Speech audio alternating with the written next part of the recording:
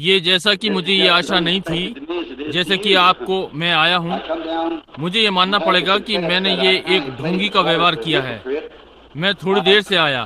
मैंने कहा भाई नेविल वहाँ प्रचार कर रहे होंगे जब मैं वहाँ पहुँचूंगा, इसलिए वे मुझसे एक भी शब्द ना कहेंगे और वे आगे बढ़ते जाएंगे। जब मैं दरवाजे में आया तो बिली ने मुझसे कहा, उसने कहा भाई नेविल पहले ही प्रचार कर रहे हैं, आप समय पर हैं। मैंने कहा बहुत अच्छा। मेरे पास आकर उन्होंने कहा, मैंने अभी प्रचार आरंभ नहीं किया है, मैं एक प्रकार से प्रतीक्षा कर रहा था, इसलिए मैंने सोचा अच्छा हो सकता है। मैंने कहा मैं जानता हूं कि एक दिन में 2 या 3 बार प्रचार करना कैसा होता है, ये एक प्रकार से आपको तोड़ देता है। हम ये जानते हैं, विशेषकर जब वे हमारे समान युवा होते हैं, उन युवा लोगों के मध्य में जो कि अधिक समय नहीं लेते। इसलिए हम एक साथ भाइयों के समान हैं और हमें एक साथ कंधे से कंधा मिलाकर रहना है और अपने हृदय एक साथ, हमारे भाव एक साथ। इसलिए हम एक साथ मिलकर परमेश्वर के राज्य के लिए कार्य कर सकते हैं और हम आपके साथ एकत्र होना चाहते हैं।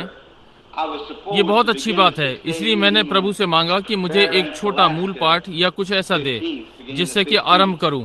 अभी तक नहीं जानता हूं कि क्या कहने जा रहा हूं, परंतु हमने आरंभ कर दिया है और तब वो जिधर भी हमारी अगुवाई करे। ये सत्य है कि हम लोग, मुझे फेयरबैंक अलास्का में 6 दिन की सभा आरंभ करनी थी, 15 से आरंभ करके, परंतु मैं नहीं सोचता कि इस बार मैं वहां पर हो पाऊंगा क्योंकि मेरे पास दूसरी जगह नियोजित हैं।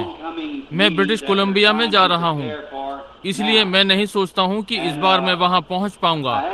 वे व्यापारियों के भाग को संगठित करना चाहते हैं, मसीह व्यापारी लोगों को। निश्चय ही मैं आने वाली सभाओं के लिए आपकी प्रार्थनाओं के लिए विनय और इच्छा करता हूं, जिसके लिए हम तैयारी कर रहे हैं।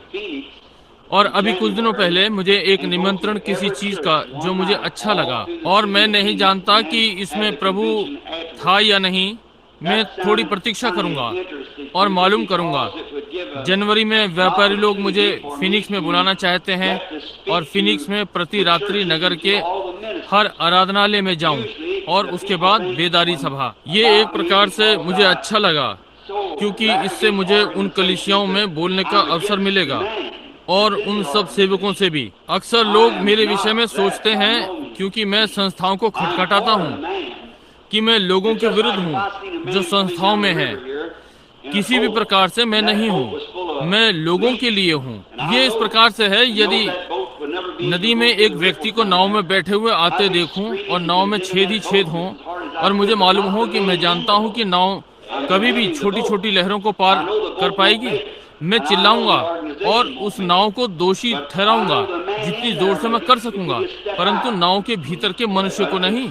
मैं नाव को दोष दे रहा हूँ। मैं जानता हूँ कि नाव काम नहीं देगी और मैं जानता हूं कि संस्था इसे नहीं कर पाएगी, परंतु मैं जानता हूं लोग जो वहां हैं वे करेंगे यदि आप बाहर आ जाएं, समझे। परंतु ये इस प्रकार से है, यदि आपके पास पुरानी कार है और पहाड़ पर जा रही थी और मुझे मालूम है जब आपने उधर की ओर आरंभ किया और आपके पास ब्रेक नहीं है, मैं व्यक्ति के विरोध में नहीं होऊंगा, मैं उसके विरोध में चिल्ला रहा हूँ। ये उसके नहीं, ये वो कार जिसमें वो बैठा है वो चोट खाने जा रहा है। और यही संस्था के विषय में है।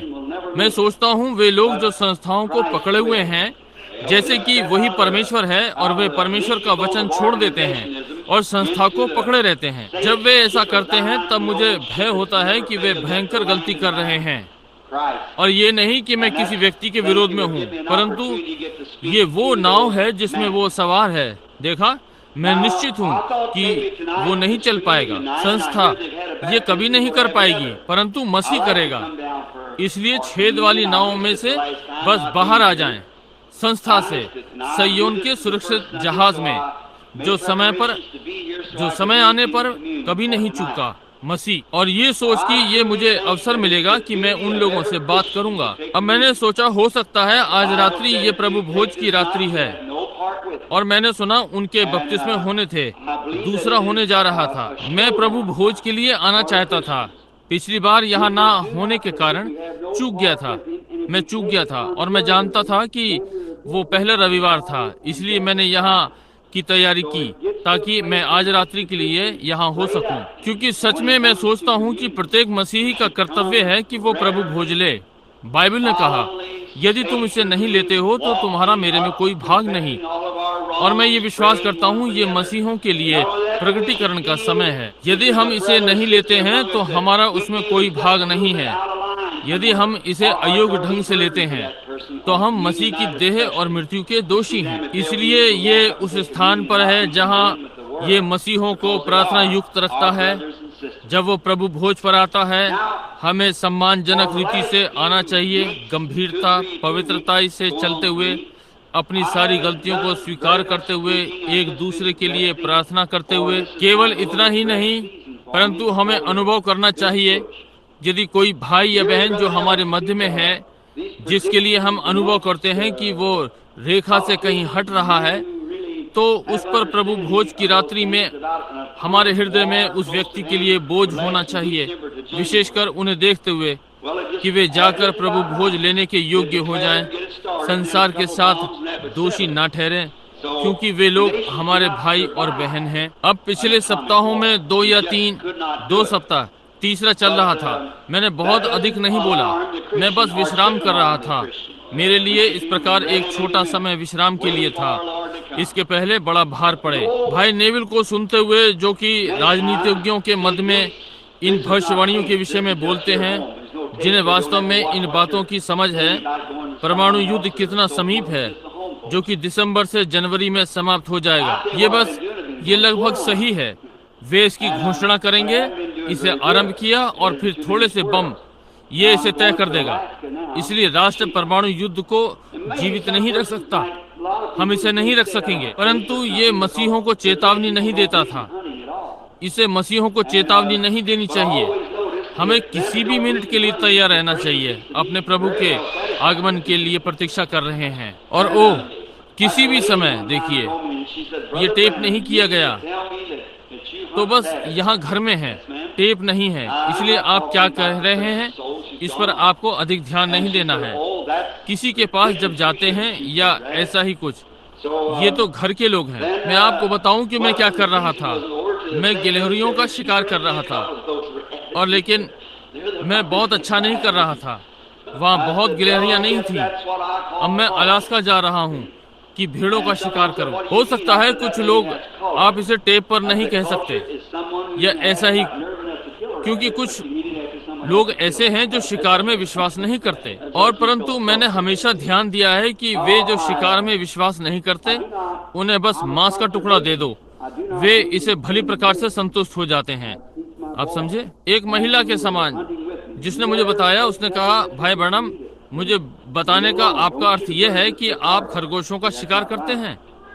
मैंने कहा, जी हाँ माता जी। अब मैं कीमती प्राणों के लिए बातें नहीं कर रहा हूँ। वो चली गई और उसने कहा, ओह, ये हास्यास्पद है, आपको उन खरगोशों पर गोली नहीं चलानी चाहिए। इसलिए तब जब उसी महिला ने कहा, तो कल समाप्त नहीं हुआ था, क्या आप मेरे लिए 1-2 खरगोश लाएंगे? उसने कहा, जो मैंने कभी खाया उसमें सबसे अधिक स्वादिष्ट चीज है। मैंने कहा, ठीक है, मैं समझता हूँ यही है जो कि सभ्यता कहलाती है, समझे? और किसी ने कहा, आपका क्या अर्थ है? मैंने कहा, उस महिला की सभ्यता है। मैंने कहा, सभ्यता है कि कोई खरगोश को मारने की मनसा नहीं रखता, परंतु किसी के मारने के पश्चात वो उसे खा सकता है। इसलिए मैं समझता हूँ यही है जिसको कि आप सभ्यता कहेंगे। मैं एक संरक्षणवादी हूँ। मैं मारने में विश्वास नहीं रखता और नष्ट करने में। मैंने अपने लड़कों को सिखाया, उन्हें जो मेरे साथ शिकार करते हैं, कभी भी किसी को बिल्कुल ना मारें जब तक ये तय ना हो कि आपको खाना है, समझे? उसे छोड़ दें। निशाने के लिए चिड़िया ना मारें, समझे? ये करना ठीक बात नहीं है। एक निशाना बनाएं, उसे रखें और उस पर निशाना लगाएं। आप अपने शिकार को खाएंगे, ये इसलिए है। और उसे नष्ट करने के लिए नष्ट करना, जैसे कुछ भी हो, ये करना ठीक नहीं। जानवरों को निशाने के लिए मारना। मित्रों, जब मैं पहाड़ों में जाता हूँ, वहाँ जाना अधिकांश शिकार के लिए नहीं, मैं वहाँ परमेश्वर के संग अकेले रहने में जाता हूँ। आप में से कुछ ने, यदि आपने मेरे महान अनुभव में देखा हो जो मुझे हुए, वे तब जब मैं बाहर शिकार पर होता हूँ, जब मैं परमेश्वर से मिलता हूँ। मेरे सारे अनुभव, मुझे ऐसा कभी नहीं हुआ जो उस प्रातः मुझे वहाँ हुआ। वहाँ पर गिलहरी के शिकार पर जा रहा था।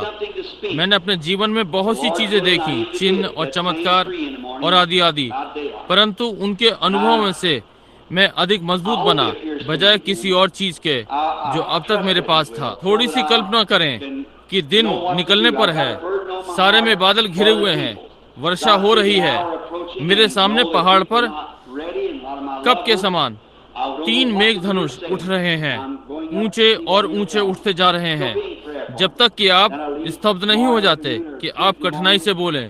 तब उसके समीप जाएं और उसे बोलते हुए सुने और इस संदेश की पुष्टि जो आप प्रचार कर रहे हैं सत्य होने के लिए। समझे? कहा, नए नियम का यीशु पुराने नियम का यहोवा है, उसने बस अपना पर्दा बदला। मैं इसका अध्ययन करने को बैठ गया। मैंने उन्हीं शब्दों को पाया जहां उसने अपनी मुखाकृति बदली, यूनानी में, जिसका अर्थ है अपना मुखौटा बदलना। सही में पर्दा नहीं, परंतु अपना मुखौटा। ये उस स्थान पर आया, वो रूपांतरित हुआ। देखिए, जिसका अर्थ उसने अपना मार्ग बदला, वो यहोवा परमेश्वर था, और यहोवा परमेश्वर ने स्वयं को आत्मा से बदलकर और मनुष्य हो गया, और वो वही यहोवा परमेश्वर है, वो जो कि पिता था और ये पुत्र है, एक ही व्यक्ति होने के नाते। और कैसे तब उसने मुझे बोलने के लिए कुछ दिया। प्रभु की इच्छा हुई तो प्रातः मैंने उसी वृक्ष पर अपना ध्येय रखते हुए दिन के उजाले के विषय में, और मुझे आशा है वो मुझ पर फिर प्रकट होगा। मैं विश्वास करता हूँ वो होगा, ताकि मैं जान सकूं कि क्या करना है। मेरे हृदय पर लोगों के लिए बोझ है। जैसे कि मैं देखता हूँ कि समय समीप आ रहा है और जानता हूँ कि लोग तैयार नहीं हैं, और मेरे प्रियजन, मैं जानता हूँ कि क्या करूँ या कहूँ। मैं ऊपर जा रहा हूँ और देखता हूँ कि वो मुझे क्या बताएगा, इसलिए मेरे लिए प्रार्थना में रहें। अब मैं कल दोपहर बाद या मंगलवार प्रातः चला जाऊंगा। एक भाई यहाँ कलीसिया में और मैं ब्रिटिश कोलंबिया को जा रहे हैं, और मैं एक पेंतिकोस्टल सेवकों के झुंड के साथ जा रहा हूँ। ये यात्रा जमींदारी पर है, इसमें मेरा एक भी पैसा नहीं लगेगा, और वे इस यात्रा के उत्तरदायी हैं और मार्गदर्शक हैं। और मार्गदर्शक एक पेंतिकोस्टल भाई जो पवित्र आत्मा से भरा हुआ है। और मेरे पास कुछ लोग हैं प्रभु यीशु मसीह के नाम में बपतिस्मा देने के लिए, कुछ शिकारी और आदि आदि। जब मैं वहाँ पर हूँ, नॉर्वे के शिकारी और आदि आदि, जो कि इन टेपों के द्वारा जो वहाँ गए ज्योति देखी, और चाहते हैं कि मैं उन्हें यीशु मसीह के नाम में बपतिस्मा दूं। और मिनिस्ट्रियल एसोसिएशन ब्रिटिश कोलंबिया के अध्यक्ष, मुझे उनसे अगले शनिवार सांझ को डाउन क्रीक के पाइन लॉज ब्रिटिश कोलंबिया में मिलना है, और वो यीशु मसीह के नाम में बपतिस्मा पाने के लिए भूखा और प्यासा है। इसलिए कुल मिलाकर मित्रों, ये शिकार खेलना नहीं है। मैं इस मार्गदर्शक को बपतिस्मा देना चाहता हूँ, और हर एक प्रचारक को जो इस बार मेरे साथ जा रहा है, यीशु मसीह के नाम में बपतिस्मा देना चाहता हूँ। आप मेरे लिए प्रार्थना करें। समझे? जो मैं चाहता हूँ कि सत्य है कि मेरा हृदय को परमेश्वर से मिलने के लिए भूखा और प्यासा बना देता है। अब इसके पहले हम वचन पर आए। मैं आपका अधिक समय नहीं लेना चाहता, वचन से आपको थोड़ा सिखाना चाहता हूँ, जब तक कि हम उस स्थान पर ना पहुँच सकें कि पा लें कि हम कहाँ प्रार्थना के लिए जा सकते हैं। मैं विश्वास करता हूँ कि कोई यहाँ खड़ा है। मुझे खेद है, क्या इसे कहने के लिए कोई और पास आया है? मैंने सुना नहीं कि भाई ने क्या, उसके बालक को समर्पण। निश्चय ही मेरे भाई, जी हाँ श्रीमान, अपने बालक को ऊपर ले आए। ये करके हमें प्रसन्नता होगी। और अब मैं इसमें विश्वास करता हूँ, अब इसलिए ताकि मैं लोगों को इसकी व्याख्या कर सकूं, इसके पहले कि वे आए। क्या भाई एर्नोल्ड अंदर है? टेडी, ठीक है, यदि आप हमारे लिए पियानो पर आएंगे। अब बहुत से लोग इन छोटे बच्चों पर छिड़काव करते हैं, और वे इसे बच्चों का बपतिस्मा कहते हैं। अब यदि आपकी कलीसिया ये करती है तो ठीक है, परंतु आप देखिए, यदि वे ये करते हैं तो ये उनकी कलीसिया की रीति है, ये वचन नहीं है। वचन आपके बालकों पर छिड़काव का समर्थन नहीं करता। वचन छिड़काव को किसी भी प्रकार से समर्थन नहीं देता। बाइबल में कभी भी किसी का छिड़काव नहीं हुआ, उनका सबका यीशु मसीह के नाम में डुबकी का बपतिस्मा हुआ, परंतु अब बाइबल में वे बालकों को लाए और प्रभु को समर्पित किया। वे छोटे छोटे बालकों को लाए और उन्हें प्रभु को समर्पित किया, उनको प्रभु यीशु की गोद में दिया। बहन, ये ठीक बात है, अपने छोटे बालक को ले आए। और कोई और है जिनके पास छोटे बालक हों और वे उन्हें समर्पित करना चाहते हों? क्यों? हम इसे समर्पित सभा बनाने के लिए प्रसन्न होंगे, अपने छोटे बालकों के लिए। अब यीशु वचन में, अब यहाँ कलीसिया में हम सब प्रकार की संस्थाएं मिली जुली हैं। आप में से कुछ पेंटिकॉस्टल, कुछ कैथोलिक और यहाँ तक यहूदी भी यहाँ अंदर हैं, जो कि ऑर्थोडॉक्स ज्यूज। यही कारण है कि हम निश्चितता के साथ अपने को अंतर नामधारी कहलाते हैं। और अब ताकि आप समझ जाएं, हम यत्न करते हैं कि ये कलीसिया वचन कलीसिया हो जाए, बाइबल के साथ बने। जहाँ भी बाइबल कुछ कहती है, हम उसका उसी प्रकार से पालन करते हैं। अब पहली कलीसिया और सारे मसीही और आप सेवकगण इसे स्वीकार करेंगे कि ये पहली कलीसिया का इतिहास है। हम सब ये जानते हैं। ठीक इसी प्रकार से वहाँ ये हुआ। मैं एक पादरी से बातें कर रहा था हाल ही में। एक कैथोलिक पादरी यहाँ सड़क पर रहा करता था और उसने कहा, भाई ब्रैनम, क्या आप गैर कैथोलिक यानी एक प्रोटेस्टेंट हैं? मैंने कहा, एक प्रोटेस्टेंट। उसने कहा, तो फिर आप हमारा विरोध करते हैं? मैंने कहा, नहीं श्रीमान, मैं विरोध नहीं करता, लोगों का विरोध करता हूँ, कलीसिया की शिक्षा का। उसने कहा, क्या तुम अपने को बैप्टिस्ट या प्रेस्बिटेरियन कहते हो? मैंने कहा, नहीं श्रीमान, केवल मसीही। और उसने कहा, अच्छा, तो फिर तुम अपनी शिक्षा कहाँ पर बनाते हो? मसीह होने के लिए आपको शिक्षा बनाने के लिए आधार होना चाहिए। मैंने कहा, ये सत्य है। मैंने कहा, ये बाइबल है। अच्छा। उसने कहा, वो तो कैथोलिक कलीसिया का इतिहास है। और मैंने कहा, ठीक, क्या ये है कि चेले कैथोलिक थे? उसने कहा, जी हाँ श्रीमान। मैंने कहा, ठीक है, मैं ये स्वीकार करने जा रहा हूँ कि यही सही है। मैंने कहा, तो फिर आप वचन के साथ क्यों नहीं बने रहते हैं? उसने कहा, आप देखिए, मसीह ने कलीसिया को अधिकार दिया है कि वे जब भी चाहें किसी भी समय वचन को बदल लें। ठीक है। मैंने कहा, तो फिर आपने इसे बदल दिया और आज जो आपके पास है वो मिला। उसने कहा, जी हाँ श्रीमान। मैंने कहा, तो मैं आपसे कुछ पूछना चाहता हूँ, तो फिर मसीह को इससे प्रसन्न नहीं होना चाहिए, क्योंकि पहली कलीसिया पर उसने पवित्र आत्मा उड़ेला, उन्होंने बीमारों को चंगा किया, मृतकों को जिलाया और प्रेत आत्माओं को निकाला और बड़े अचरज के कार्य किए पहली कैथोलिक कलीसिया की शिक्षा की अधीनता में। और जब से उन्होंने शिक्षा को बदला, ये देखने में नहीं आया। अब हम वापस चलें और मूल कैथोलिक बने। हम वापस चलें और जो बाइबल कहती है वही हो जाए। कहा क्या थे? मसीह उनके साथ चला। मित्रों, यही कारण है कि हम किसी की भी कलीसिया को दोषी नहीं ठहराते, कलीसियाओं के किन्हीं भी लोगों को, परंतु जैसा बाइबल ने कहा उसे वैसा ही रखने का यत्न करते हैं। अब बाइबल में एक भी बालक को कभी भी बपतिस्मा नहीं दिया गया, किसी भी बालक पर छिड़काव नहीं किया गया, परंतु यहाँ जो बाइबल में है, कहा वे छोटे छोटे बालकों को यीशु के पास लाए ताकि वो अपने हाथ उन पर रखे और उन्हें आशीष दे। और उसने कहा, छोटे बालकों को मेरे पास आने दो और उन्हें मना न करो, क्योंकि परमेश्वर का राज्य ऐसो ही का है।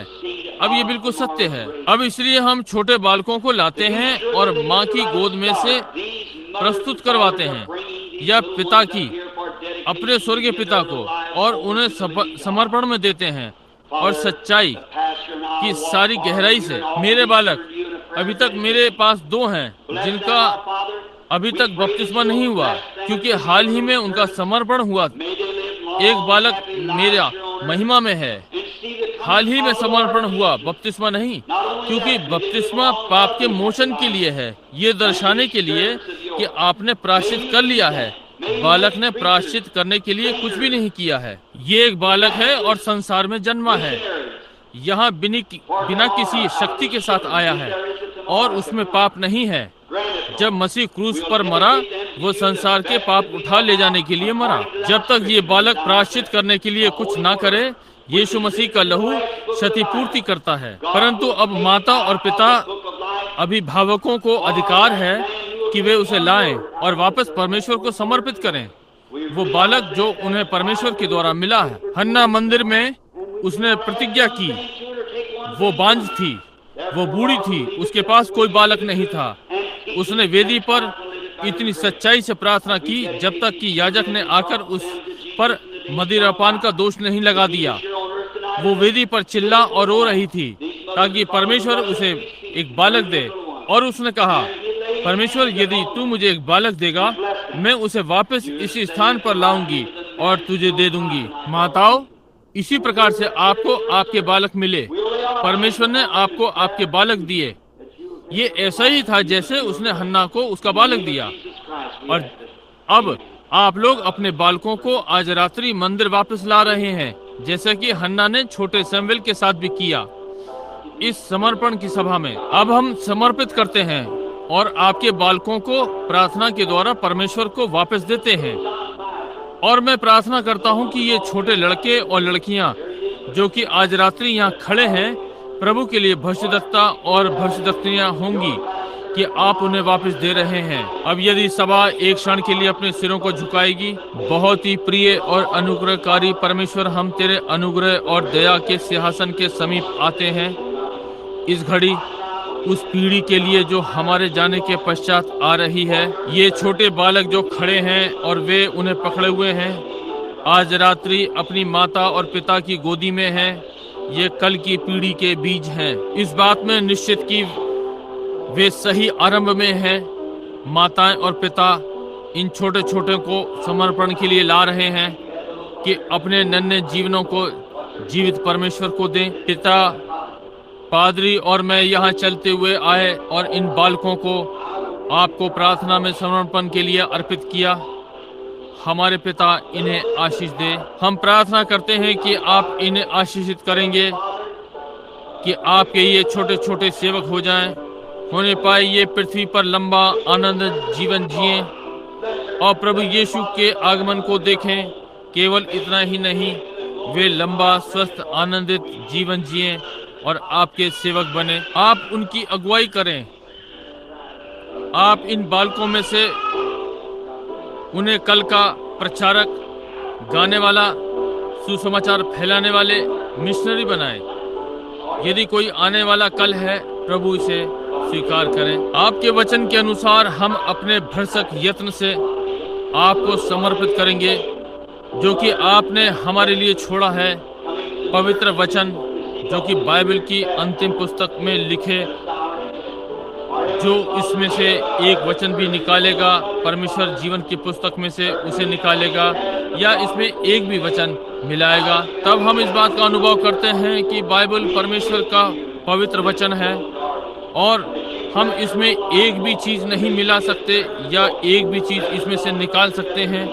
इसलिए प्रभु, हम इसे वैसे ही रहने दें जैसा आपने हमें ये दिया है और इसे सिखाया है, और इसे आपके अनुग्रह से जीने का यत्न करें। जैसा कि हम इन बालकों को समर्पित करते हैं, जैसे कि बीते दिनों में वे उन्हें यीशु के पास लाए थे। यदि वो यहाँ आज रात्रि पृथ्वी पर शारीरिक रूप में होता, ये माताएं और पिता उसके चरणों की ओर दौड़ते और इन छोटे छोटों को लाते और वो उनके ऊपर अपने हाथों को रखकर उन्हें आशीष देता। प्रभु यीशु, आज रात्रि आप उस महाराज के दाहिने ऊंचे पर बैठे हैं और हम यहाँ आपके सेवक के समान हैं। हम अपने हाथ उन पर रखेंगे आपसे प्रार्थना करते हुए, ताकि आप इन छोटे छोटे जीवनों को लेकर अपनी महिमा के लिए प्रयोग करेंगे।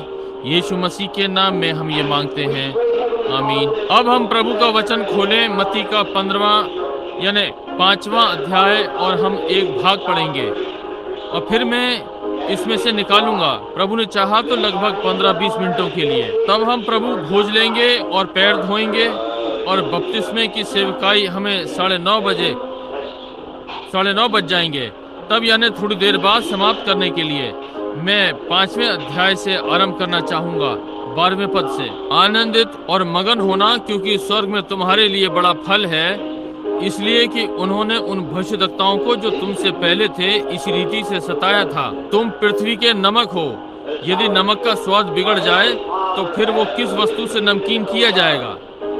फिर वो किसी काम का नहीं, केवल इसके कि बाहर फेंका जाए और मनुष्यों के पैर तले रौंदा जाए। तुम जगत की ज्योति हो। जो नगर पहाड़ पर बसा हुआ है वो छिप नहीं सकता, और लोग दिया जलाकर पैमाने के नीचे नहीं परंतु दीवट पर रखते हैं, तब उससे सब घर के लोगों को प्रकाश पहुंचता है। उसी प्रकार तुम्हारा उजियाला मनुष्यों के सामने चमके, कि वे तुम्हारे भले कामों को देखकर तुम्हारे पिता की जो स्वर्ग में है बड़ाई करें। मैं अंतिम पद से एक विषय लेना चाहूंगा जो कि 16वां पद है। तुम्हारा उजियाला मनुष्यों के सामने चमके। तुम्हारा उजियाला मनुष्यों के सामने ऐसे चमके ताकि वे तुम्हारे भले कामों को देखें, तुम्हारे पिता की जो स्वर्ग में है बड़ाई करें। हम वचन में 2 स्थानों में पाते हैं कि 2 विभिन्न व्यक्ति धार्मिकता के लिए बोल रहे हैं, और उनमें से एक पौलुस और दूसरा पतरस, संत पौलुस और संत पतरस। और पौलुस अब्राहम को विश्वास के द्वारा धर्मी ठहरा रहा था, और पतरस उसे कामों के द्वारा धर्मी ठहरा रहा था।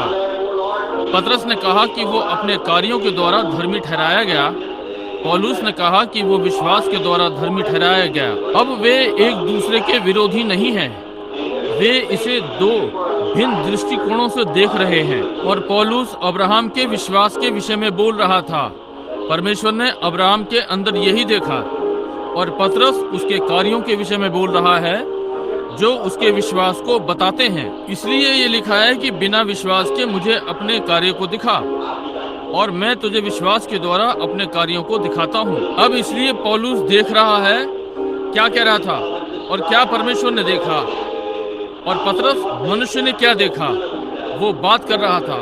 और क्योंकि यदि मनुष्य में विश्वास है तो उसी के जैसा व्यवहार करेगा, उसका जीवन इसे दूसरों को दर्शाएगा।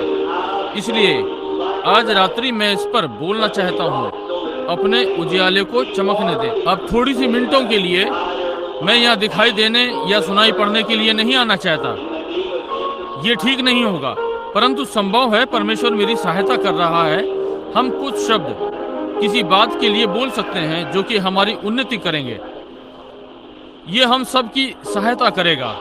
हम कैसे और अच्छा कर सकते हैं और अच्छा जीवन जी सकते हैं। मैं निश्चित हूँ कि हम सब इसीलिए यहाँ पर हैं ताकि सुधार को ले सकें और इस समझ को ले सकें कि अपने को और अच्छा मसीह बनाने के लिए हम क्या कर सकते हैं। यदि मेरे जीवन में एक चीज़ है जिसकी मैं इच्छा करता हूँ कि जैसा हूँ उससे अच्छा मसीही बनूँ, और मैं निश्चित हूँ कि प्रत्येक हृदय की और हर प्राण की आज रात्रि यहाँ यही पुकार है कि और अच्छे मसीही बने। कुछ समय पहले मैं सड़क पर अच्छी तेज रफ्तार से जा रहा था, और जैसे गाड़ी चलते हुए देखते हैं मैं देख रहा था। और जब आप अकेले गाड़ी चलाते हैं तो ये सुनसान सा होता है, आप रेडियो भी नहीं चला सकते जब तक पारिवारिक तंत्र ना हो कि आप धार्मिक संगीत सुन सकें, क्योंकि ये सारी चीजें जो आप में से आत्मा को बाहर कर देगी। और मैं जब कभी जाता हूँ, जब से मैं थोड़ा आयु में बढ़ गया हूँ, मैं कागजों का एक छोटी सी कॉपी रखता हूँ। जब प्रभु मुझे कुछ प्रकट करता है मैं उसे लिख लेता हूँ, और मैंने अपनी बंदूक के बेंटे पर कारतूस से लिखा है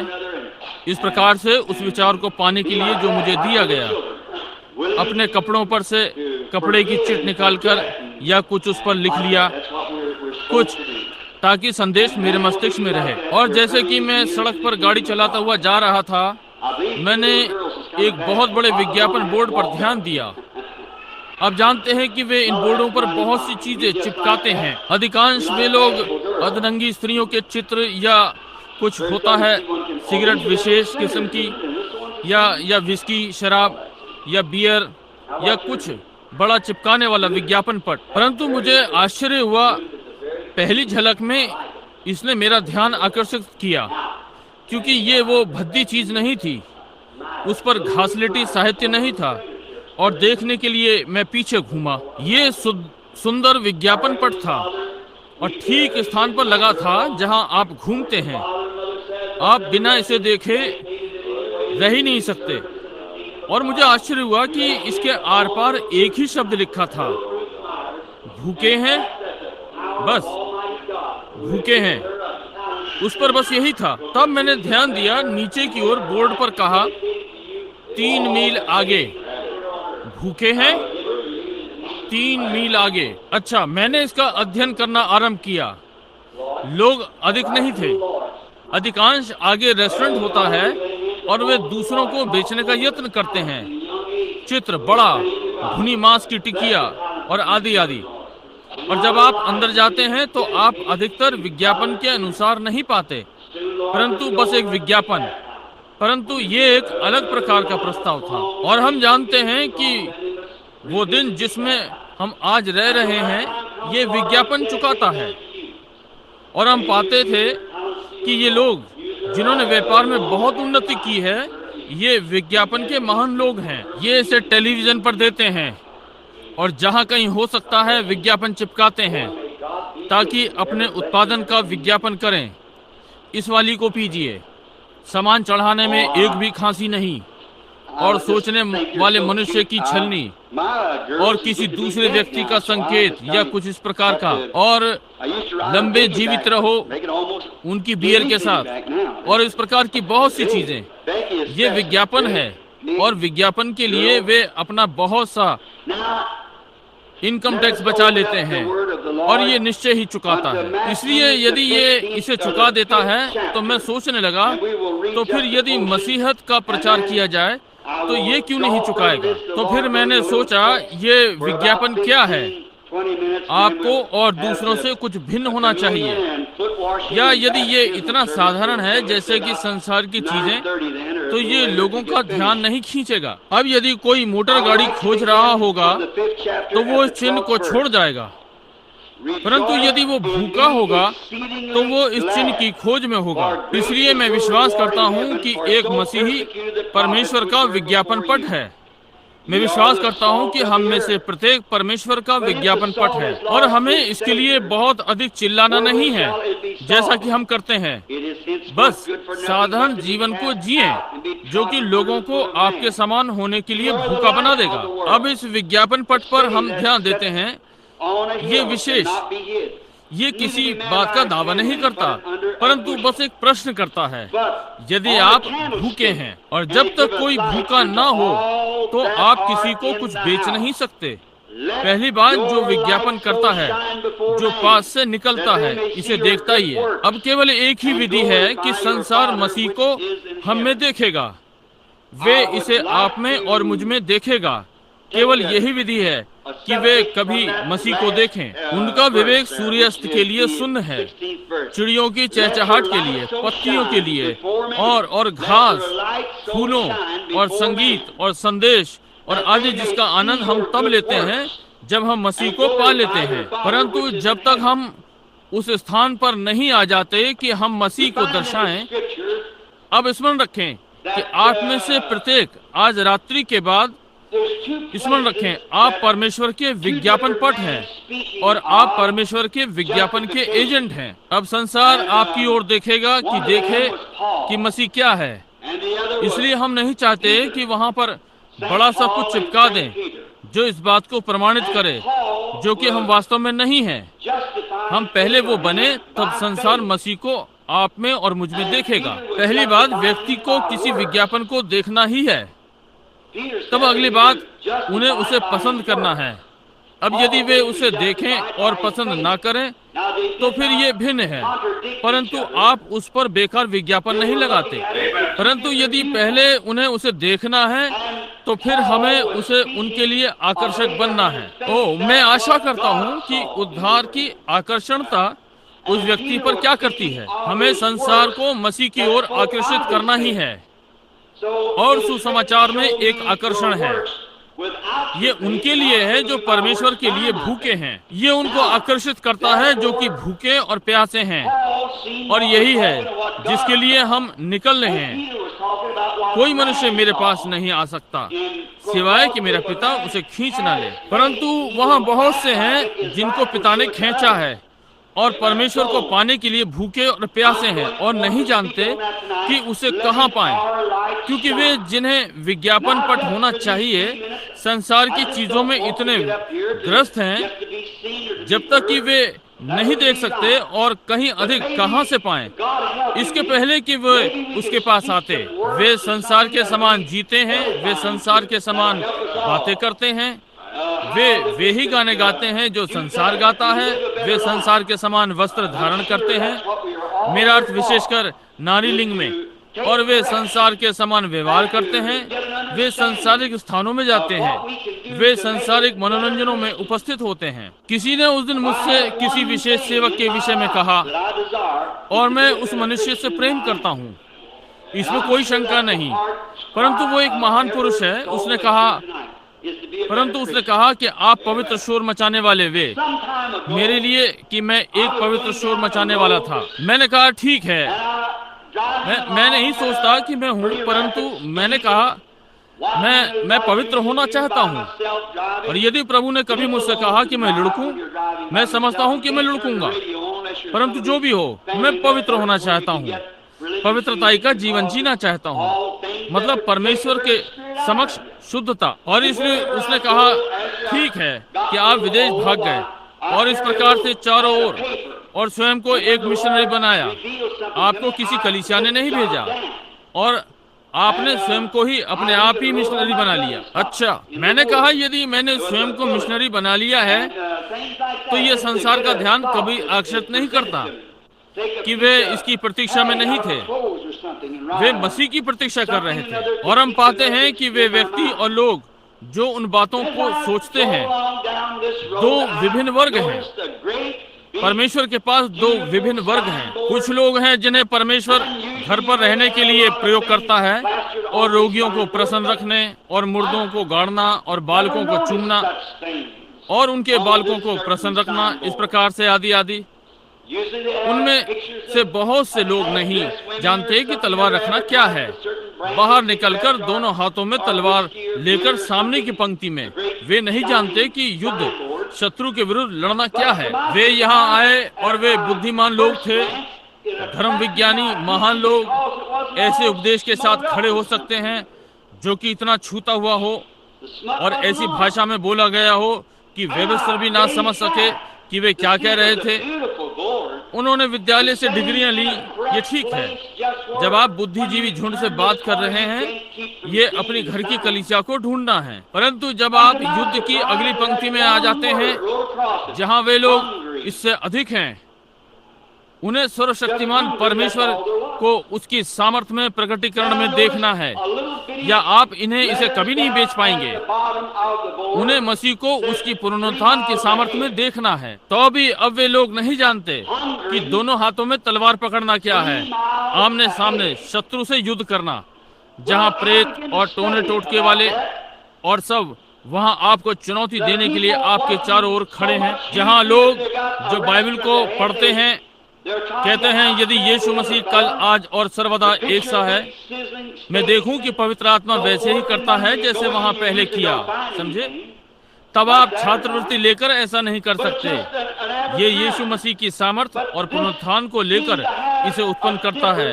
जी हाँ, और अब ये जो लोग भूखे हैं इसकी राह देखते हैं, उन्हें ये देखना है, वे इसे लेना चाहते हैं, और ये वही चीज है जो इस राष्ट्र को मिला है। यही कारण है आज रात्रि, क्योंकि हमें परमाणु युद्ध की सारी चेतावनियां मिलती हैं, क्योंकि राष्ट्रों ने ये देख लिया है इस राष्ट्र के पास, और ये नहीं चाहता। और यही कारण है कि दिव्य न्याय उन पर है। क्या इसलिए है कि हम तराजू में तौले गए? मैंने देखा जहां हमारे राष्ट्रपति श्री कैनेडी टॉम, मैं इसका विश्वास करता हूं कि उसका नाम कैनेडी है, जिसे नीचे इसके लिए भेजा बहुत सारे अधिकारी नीचे इस अलगाववाद के युद्ध के लिए। उसने 400 कुछ नीचे भेजे और कुछ नीचे दक्षिण में, कि इस अलगाववाद के युद्ध को रोके। और जब उसने इसे पूरी रीति से समाप्त किया, तब उन्होंने और नहीं भेजे।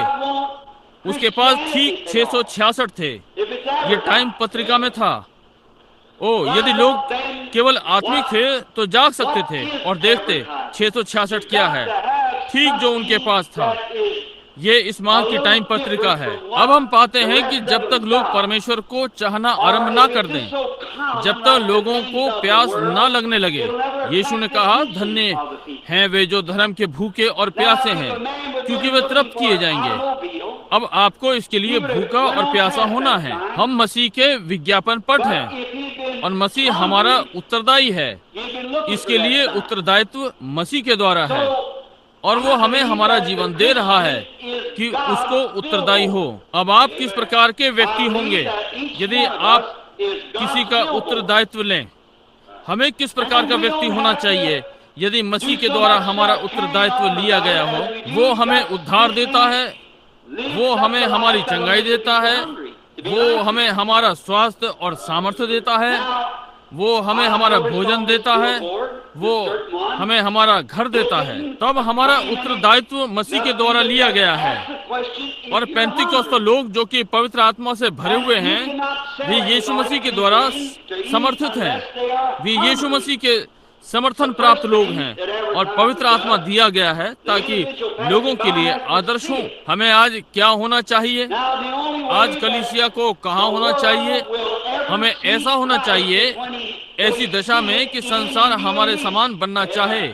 ऐसा कारण क्योंकि लोग गली में जाकर कहते हैं, एक मनुष्य है जिसके साथ मैं उसकी धार्मिक शिक्षा से असहमत हो सकता हूँ, परंतु मैं आपको एक बात बताता हूँ कि वो एक सच्चा मसीही है। महिलाएं जो गली में जा रही हैं, उन्हें कहना चाहिए वो पुराने रिवाजों वाली लगती है, वो इन स्त्रियों के समान नहीं हो सकती।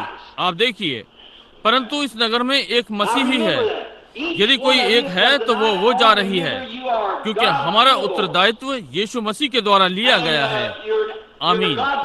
हम किस प्रकार के व्यक्ति होंगे, कैसा होना चाहिए यदि हम उसके विज्ञापन पट हैं और हमें उसके द्वारा समर्थन प्राप्त है? तब मसीह में एक ही है जहां हम अपना जीवन पाते हैं और अपनी सामर्थ पाते हैं, और जो हम में है वो सब पाते हैं मसीह में से आता है। वो हमारा उत्तरदायी है। मैं इसके लिए बहुत ही धन्यवादित हूँ। इसलिए हमें उसके समान होना चाहिए। चौकस रहें, हम क्या करते हैं, हम क्या कहते हैं, हम अपने प्रतिदिन के जीवन में क्या करते हैं, क्योंकि हम मसीह के द्वारा समर्थित हैं। हमें कैसी चाल चलनी चाहिए यदि हम मसीह के द्वारा समर्थित हैं? हमें क्या कहना चाहिए यदि हम मसीह के द्वारा समर्थित हैं? यदि कोई हमारे विरोध में बुरा कहता है, हमें क्या कहना चाहिए यदि हम मसीह के द्वारा समर्थित हैं? हमें मसीह के समान होना चाहिए। क्या यह ठीक बात नहीं? अब केवल एक ही बात है जो दूसरी बात जो हमें करनी चाहिए, केवल एक ही नहीं परंतु और चीजें भी जो हम सेवकों को करनी चाहिए। हमें सुसमाचार प्रचार करना चाहिए जो भूखे को पसंद आए। अब यदि हम सामाजिक सुसमाचार प्रचार करें और ये कहें भाई आपको आना चाहिए और हमारे नामधारी का सदस्य होना चाहिए, पिछले वर्ष हमें और 4000 हमारी संस्था में मिल गए, ये वो नहीं है। यदि आप मेरी कलीसिया में आते हैं और मेरी कलीसिया के सदस्य बनते हैं, हम देखेंगे कि आपका ध्यान रखा जाएगा जब आप बूढ़े हो जाएंगे और आप सच्चे सदस्य रहें। ये एक बीमे की पॉलिसी के समान है। आपकी चिंता की जाएगी जब आप बूढ़े हो जाएंगे। हम ये देखेंगे, क्या ये अब भी आकर्षणता नहीं है? वो बात जो हम करना चाहते हैं वो सुसमाचार प्रचार करना है जो भूखे संसार को आकर्षित करे। अब आप कैसे भूखे संसार को आकर्षित कर सकते हैं जो ये भी नहीं देख सकेंगे कि वे कहां से आए हैं, वे कौन हैं, वे कहां जा रहे हैं, जब तक आप सुसमाचार प्रचार ना करें जो कि मसीह को जीवित वातावरण में ऊपर ना उठाए। अब ठीक यहाँ हमारे आसपास हम ये नहीं कर सकते, कोई मार्ग नहीं है। हम सराय के सदस्य बन सकते हैं, विचित्र लोग या किसी और सराय के सदस्य बनना उतना ही अच्छा है, परंतु हमें एक सुसमाचार प्रचार करना है जो भूखे लोगों को आकर्षित करे। ये उनको पकड़ेगा जो धर्म के भूखे और प्यासे हैं। धन्य हैं वे जो धर्म के भूखे और प्यासे हैं, क्योंकि वे तृप्त किए जाएंगे। अब वे कैसे किए जाएंगे? धर्मी तृप्त किए जाएंगे। किससे किए जाएंगे? पवित्र आत्मा से। बाइबल ने कहा स्तिफनुस भरा हुआ व्यक्ति था। किससे भरा हुआ? सामर्थ से भरा, विश्वास से भरा, प्रेम से भरा, पवित्र आत्मा से भरा हुआ। यही सब था जिसका वो बना था, क्योंकि वो पवित्र आत्मा से भरा हुआ था। वो मसीह के लिए वास्तविक विज्ञापन पट था। उस प्रातः जब वो वहां खड़ा हुआ सनहेद्रिन की सभा में और उन्होंने उसे दोषी ठहराया, उन्होंने कहा यह मनुष्य जो कुछ ये कर रहा था और वो अकेला खड़ा था, केवल वही अकेला वहां सनहेद्रिन की सभा में हो सकता है 2 या 3 हजार यहूदी या 5,000 वहाँ अपनी उंगली उठाए खड़े थे। बाइबल ने कहा जब वो वहाँ पहुंचा तो उसका मुख स्वर्गदूत सा दिखाई पड़ा। इसका ये अर्थ नहीं कि उसके मुख से ज्योति चमक रही थी। एक दूत एक संदेशवाहक होता है जो जानता है कि वो किस विषय में बात कर रहा है। स्तिफनुस वहाँ बिना मृत्यु के भय के पहुंचा। वो किसी भी चीज से भयभीत नहीं था क्योंकि वो जानता था कि वो किस विषय में बात कर रहा है। जैसे कि पौलुस ने कहा, मैं जानता हूँ कि मैंने किसका विश्वास किया है और मैं समझाना चाहता हूँ वो उसे स्थिर रखने के योग्य है जिसे मैंने स्वयं को समर्पित किया है। परंतु स्तिफनुस सनेद्रीन की सभा के सामने गया, जैसे कि भेड़ियों के झुंड में उसके लहू के लिए गुर्रा रहे थे, और उन्होंने उस पर दोष लगाया और उस पर दोष मरने के लिए अपनी उंगली उठाई। उसने क्या किया? उसने कहा, हे लोगों और भाइयों, महिमा का परमेश्वर हमारे पूर्वज अब्राहम पर प्रकट हुआ जबकि वो मेसोपोटामिया में था। इसके पहले वो बुलाया जाता आगे गया और नीचे तक लाया अब्राहम का सारा इतिहास और कैसे उसके द्वारा अन्य जातियों को भीतर लाया। और जब वो निश्चित स्थान में पहुंचा, उसे पवित्र आत्मा से परिपूर्ण देखा। वे प्रतीक्षा कर रहे थे, वे प्रतीक्षा न कर सके और उस पर हाथ डाले। उसने कहा, तुम हठीले हृदय और कानों से खतना रहित लोगों, तुम सदा पवित्र आत्मा का सामना करते आए हो। जैसे तुम्हारे बाप दादाओं ने किया वैसे ही तुम करते हो। वो परमेश्वर का विज्ञापन पट था। और जब उन्होंने उसे पथरवा करके मार डाला, उसे नगर से बाहर खींच लाए और मरने तक उसे पत्थरों से मारा। जब वो मर रहा था तो उसने अपना सिर स्वर्ग तक उठाया और वे जो उसे पथरवा कर रहे थे उनके लिए क्षमा मांगी, वैसे ही जैसे मसीह ने क्रूस पर किया। तब परमेश्वर ने अपने छोटे से विज्ञापन बोर्ड को देखा जो कि लिए जा रहा था। स्तिफनुस ने स्वर्ग की ओर देखा, कहा, देखो मैं स्वर्ग को खुला हुआ देखता हूँ और यीशु परमेश्वर की दाहिनी ओर खड़ा है और परमेश्वर की गोद में सो गया। वो भूखे संसार के लिए विज्ञापन पट था। आप कहते हैं तो अच्छा, वहाँ कितने थे? आपने कहा संभव है 5,000। उनमें से कितने बच गए? वहाँ एक था। उसने इसे उस समय कभी भी स्वीकारा नहीं था, परंतु वर्षों पश्चात, हालेलुया, कहीं आपका प्रभाव कभी नहीं मरता।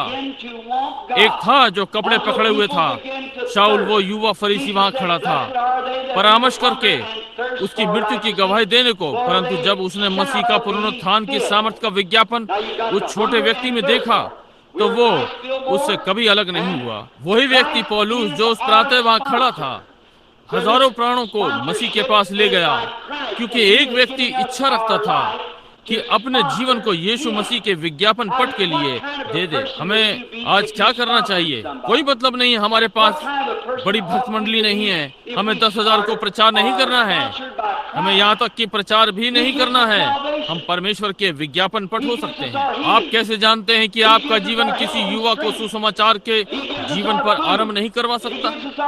आप में से कुछ पुराने लोग देखिए, बूढ़ी महिलाएं किसी युवा व्यक्ति को बाहर कार्य क्षेत्र में आरंभ करवा सकती हैं जो मसीह के लिए 10,000 प्राणों को जीतेगा, क्योंकि उसने आपके अंदर मसीह को देखा कि आपने सुसमाचार की साधारण सामर्थ्य में उसके लिए मसीह का प्रतिनिधित्व किया। जी हाँ, मैं सोचता हूँ हमें मसीह की आवश्यकता है।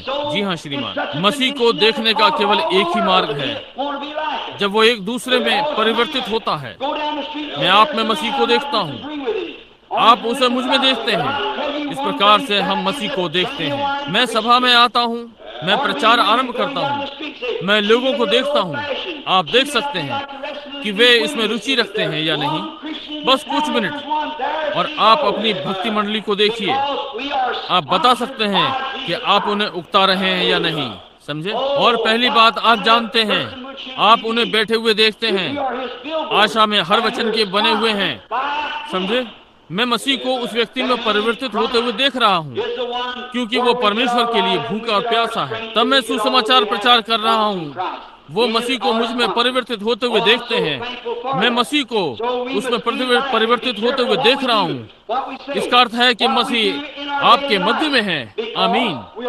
भूखे और प्यासे हैं। मैं भक्तगणों को देखता हूँ कि वे कैसे इसे लेते हैं। कुछ और कहिए, ध्यान दें। कि इसका उन पर क्या प्रभाव पड़ता है। उनके मुख पर ध्यान दें, चमक रहे हैं, आनंद से भरे हुए हैं, तब वे कुछ स्वीकार करने के लिए तैयार हैं।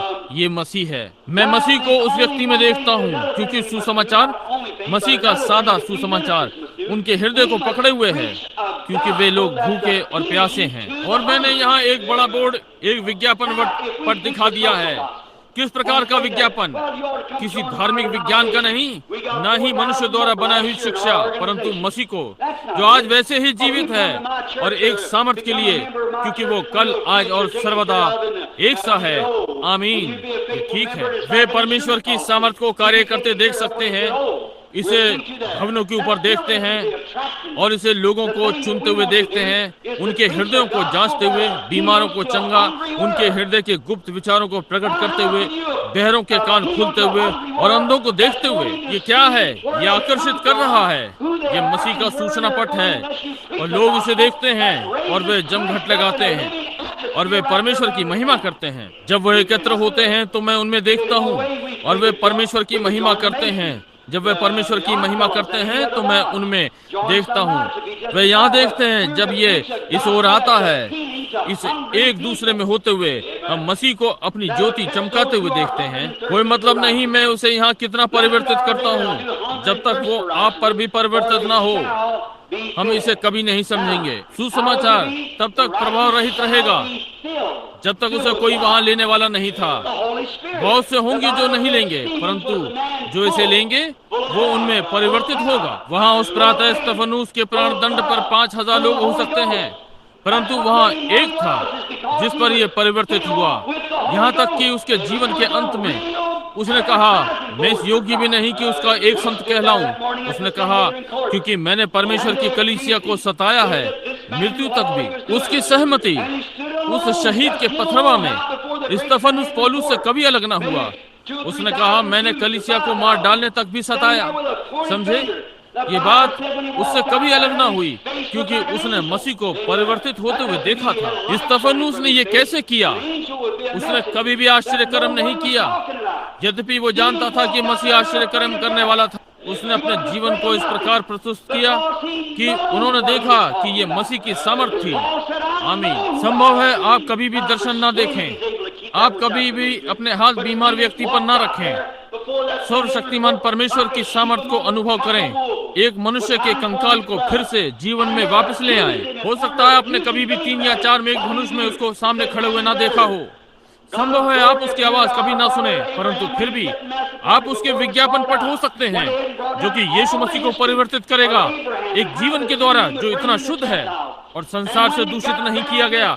आसपास की गंदगी जो आपके जीवन के चारों ओर है, गंदा ना किया गया हो, परंतु एक शुद्ध चीज जो कि भूखे हृदयों को भूखा प्यासा बना दे कि आपके समान बने।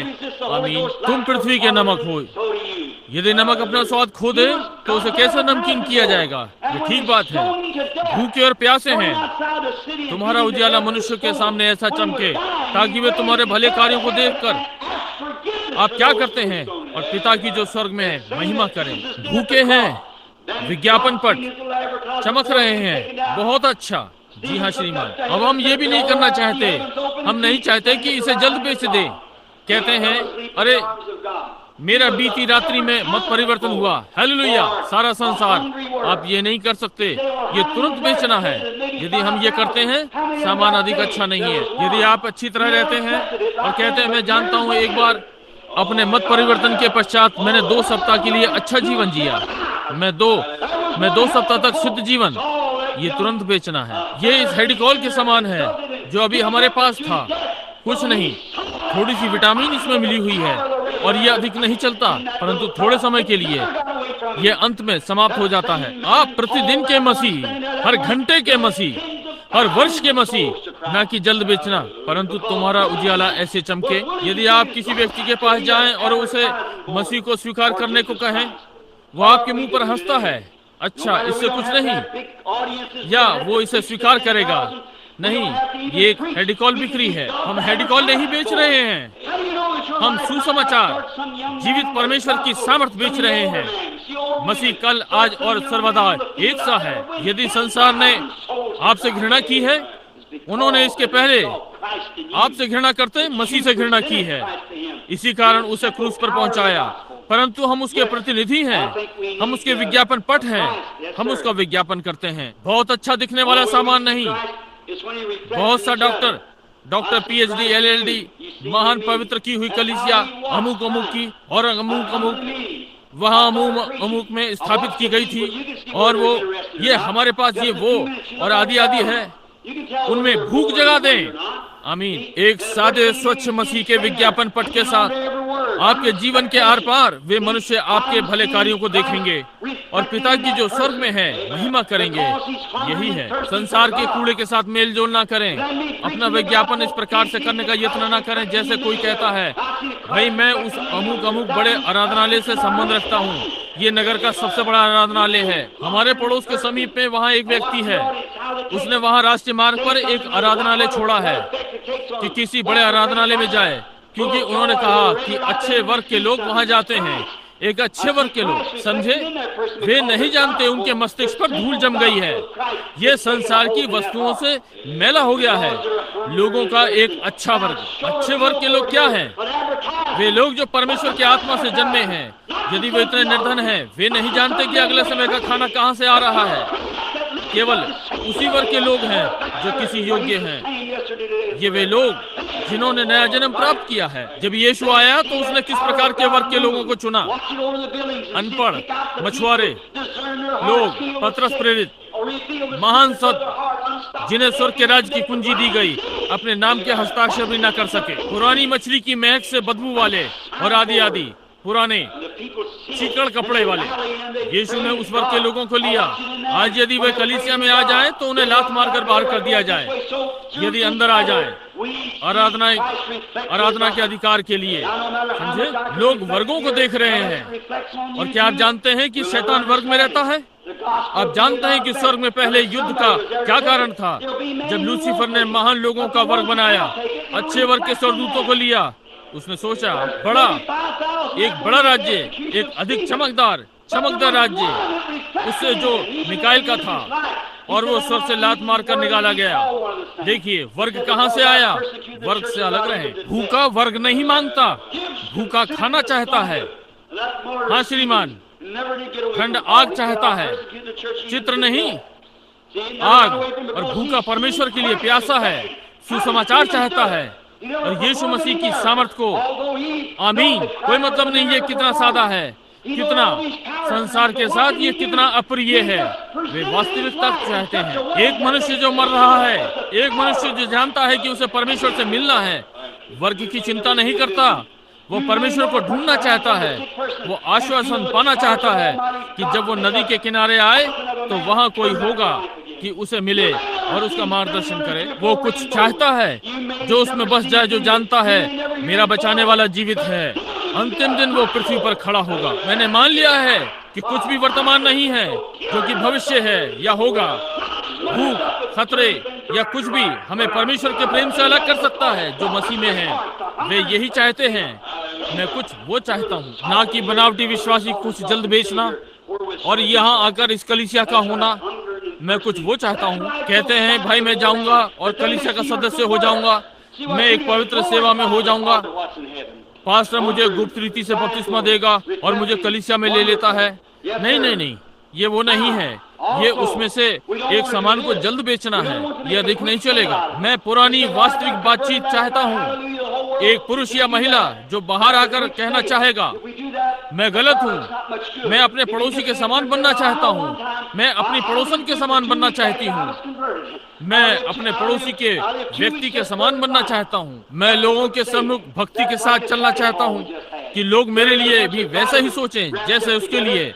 मैं यीशु मसीह के समान होना चाहता हूँ। अब बंद करते हुए स्मरण रखें, मैं बोलता जा रहा हूँ, परंतु बंद करते हुए मैं ये कहना चाहता हूँ, हम उसको बेचने वाले प्रतिनिधि नहीं हैं, हम उसके विज्ञापन पट हैं। समझे? मत सोचिए कि हम उसके बेचने वाले हैं। उसे किसी बिक्रीकर्ता की आवश्यकता नहीं है, केवल विज्ञापन पटों की। मैं पब्लिक सर्विस कंपनी के लिए कार्य किया करता था और हमारे पास ये मोगल बत्ती थी और उनकी इस पर प्रतियोगिता थी। जो इसमें अधिक से अधिक लैंप बेचे उसे एक पुरस्कार और आदि आदि। एक निश्चित प्रतिशत वो अपनी बिक्री के लिए ले। अच्छा, हर व्यक्ति, हर कर्मचारी को इन लैंपों के लिए बेचने वाला होना है। मुझे कुछ इस प्रकार का विचार मिला, यदि चीज की मुझे गारंटी मिले, कंपनी मुझे इस लैंप की गारंटी दे, अब यदि इस लैंप में कोई अच्छाई है तो वो स्वयं ही बिक जाएगा, और यदि इसका अच्छा नहीं है तो मैं लोगों पर कुछ मर रहा हूँ जो कि ठीक नहीं है। मैंने इसमें कभी भी विश्वास नहीं किया। मैं इन दवाब की बिक्री के सामान पर विश्वास नहीं करता। यही कारण है कि मैं इन धर्मों में विश्वास नहीं करता। यदि मेरे पास एक अच्छा उत्पादन है तो ये स्वयं बिकेगा, ये ठीक बात है, ये स्वयं को बेच लेगा। इसलिए देखिए मैंने क्या किया, मैं वहां गया, मैंने उस संचालक से कहा, मैंने कहा क्या ये लैंप पूर्णतः गारंटी वाले हैं? ठीक, सही गारंटी वाले। वे वापस तो नहीं आ जाएंगे? नहीं श्रीमान। और ये गारंटी वाले हैं? इसकी बनावट और हर चीज की गारंटी है? हाँ, मैंने देखा उनकी ज्योति सुंदर कोमल है, कमरे में कोई भी महिला इसको सराहेगी। आप जानते हैं मैंने क्या किया? मैंने उनमें से लगभग 200 संभाल लिए और आसपास में मैं जितनों को जानता था चल पड़ा। कहा, बिली तुम इस प्रातः में क्या चाहते हो? क्या मैंने अपने बिल का भुगतान नहीं किया? मुझे बिल जमा करने होते थे। मैंने कहा, आपने बिल का भुगतान किया है, मैं एक और करवाना चाहता हूँ। मैंने कहा, मेरे पास एक लैंप है। ओह, मैं इसे नहीं खरीद सकता।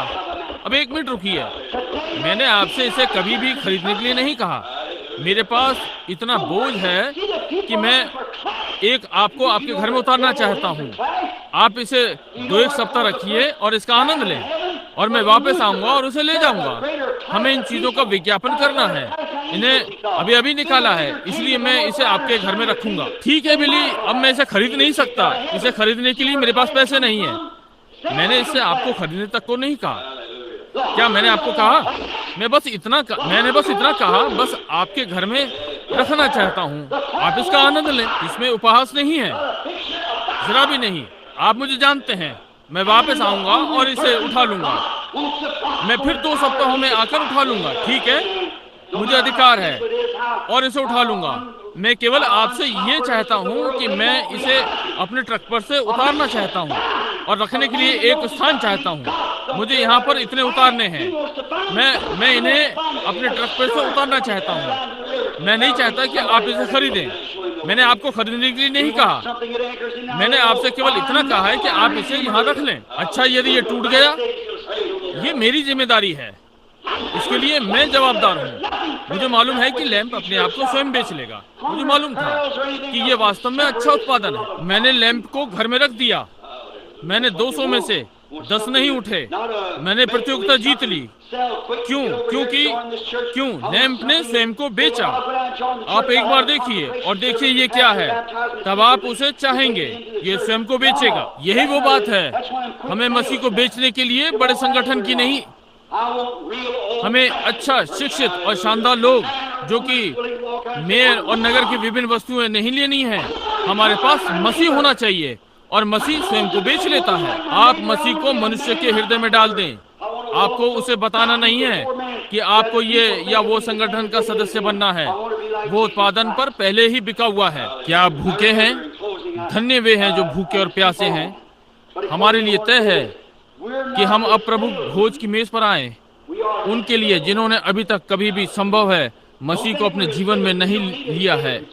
यदि आप मसीही हैं तो आपको भूख लग रही है। अब मैं 31 वर्षों से मसीही हूँ और हर दिन मैं मसीह के लिए भूखा होता हूँ। इससे अधिक जब मैंने आरंभ किया, जैसे जैसे दिन बीतते गए वो अधिक मीठा होता जाता है। और मैंने उसके छोटे विज्ञापन पटों को देखा है, जैसे कि मैंने उन्हें सड़कों पर जाते देखा है, अस्पतालों में देखा है, उनकी मृत्यु की घड़ी में देखा है, उन्हें यहाँ पर जब वे दिखाई पड़ते हैं देखा है। कैसे उसने स्वयं को एक वास्तविक मूल संत की स्थिति में बना रखा है। अधिक समय नहीं हुआ मैं यहाँ एक स्वागत कक्ष पर खड़ा था। एक साधारण महिला को देखा, घूमना आरंभ किया। कहा, क्या आप यीशु को अपना बचाने वाला करके जानती हैं?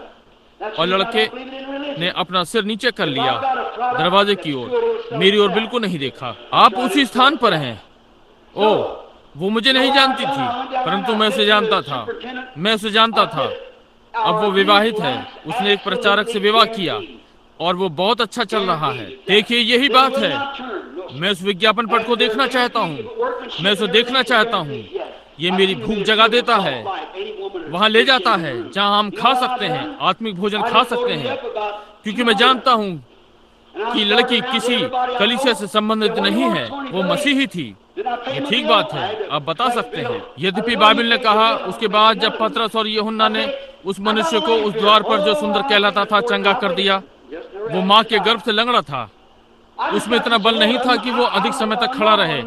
पतरस को उसे उठाना पड़ा कि उसे चलाए। चंगा हो गया था उसकी माँ के गर्भ से। और जब वे उसे सभा के सामने लाए, उसे यीशु के नाम को प्रचार करने से मना किया और उन्होंने जाना कि अनपढ़ थे। बाइबल ने बताया, ये चेले यूहन्ना, पतरस अज्ञानी और अनपढ़ मनुष्य थे। वे किसी महान धर्म विज्ञान को नहीं जानते थे। वे मछुआरे थे, अपने हस्ताक्षर भी नहीं कर सकते थे। परंतु कहा, उन्होंने उन पर ध्यान दिया कि वे यीशु के संग थे। वे कौन थे? विज्ञापन पट। विज्ञापन पट। ओह, हम आगे जा सकते हैं। परमेश्वर हमारी सहायता करे कि विज्ञापन पट हो जाए, होने पाए यहाँ ये वर्णम आराधनालय, ये छोटा पवित्र स्थान और परमेश्वर को समर्पित, ये इस सारे राष्ट्र के लिए विज्ञापन पट हो जाए।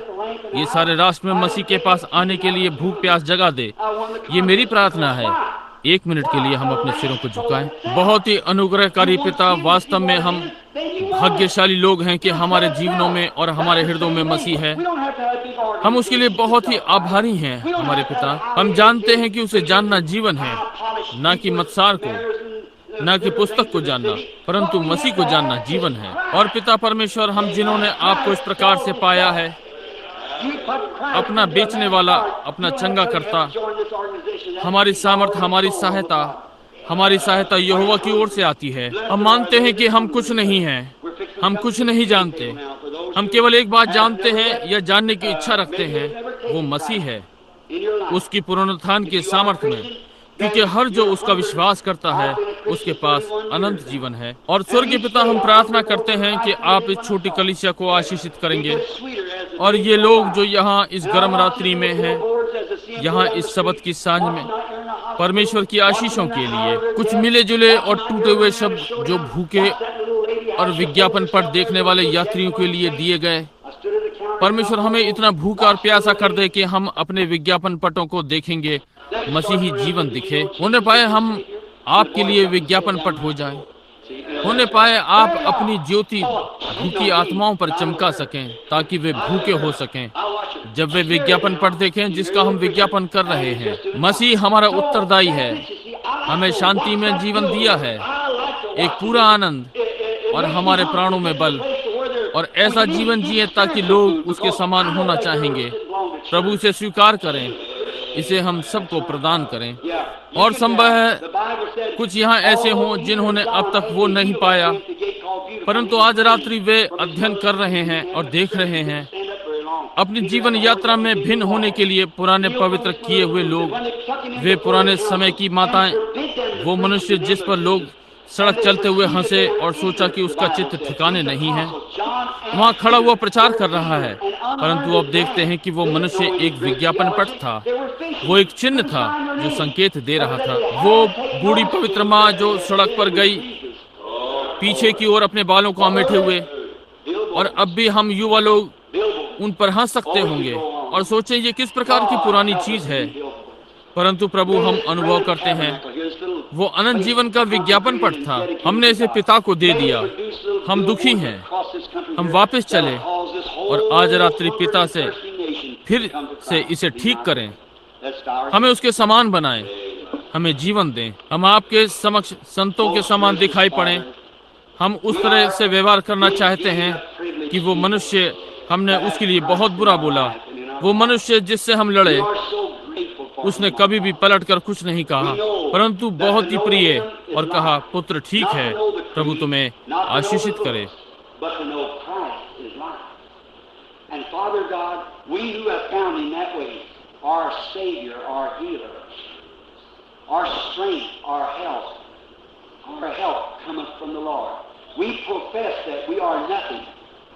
We know nothing. There's only one thing that we know, our desire to know. That's Christ. in the power of His resurrection.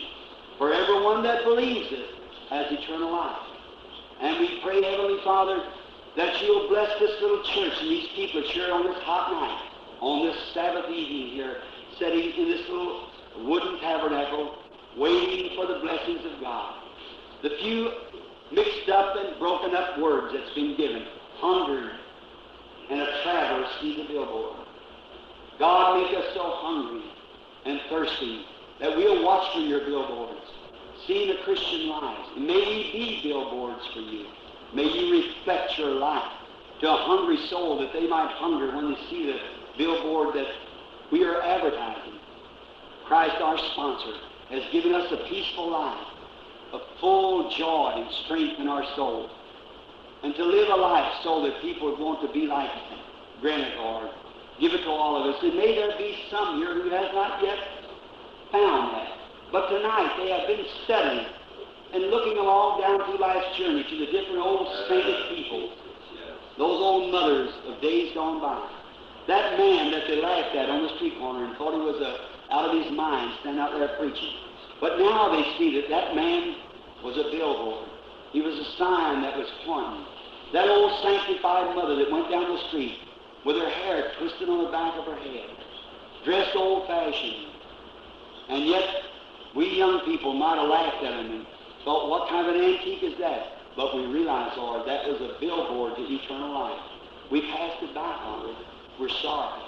We're sorry. Let us go back and retract it tonight, Father. Make us like that. Give us life. We want to look like saints before You. We want to act like it.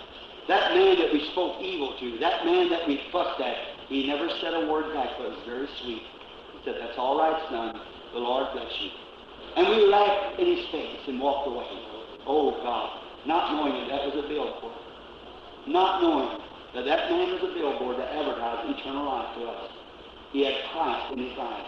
Now we're hungry, Lord. We know where to go. We want to go to this place that the sign points us to, the Calvary, where we can find that kind of life, where a hungry soul can be satisfied.